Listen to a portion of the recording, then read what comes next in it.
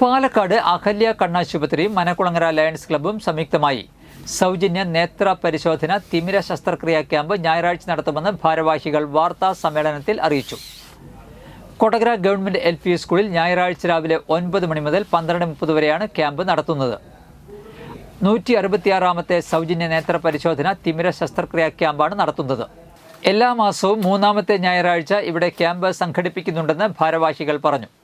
Lions Club ഭാരവാഹികളായ KK Venkatachalam, P Radhakrishnan, K Sanjeev Menon, Anil Vadakkedath എന്നിവർ പങ്കെടുത്തു.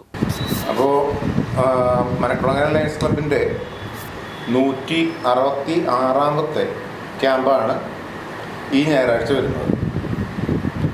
പതിവ് പോലെ നമ്മുടെ കൊടകര LP സ്കൂളിൽ കാലത്ത് 9 മുതൽ ഉച്ചയ്ക്ക് 12:30 വരെയാണ് ക്യാമ്പ്.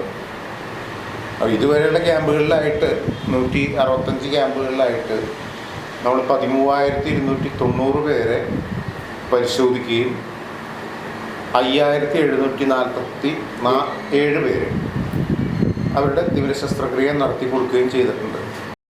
അഹല്യ കണ്ണാശുപത്രിയുടെ സഹായത്തോട് കൂടിയിട്ടാണ് മനക്കുളങ്ങര ലയൺസ് ക്ലബ്ബ് ഈ ഒരു പ്രോജക്റ്റ് നടത്തുന്നത്. കാലത്ത് 9 മണി മുതൽ ഉച്ചയ്ക്ക് 12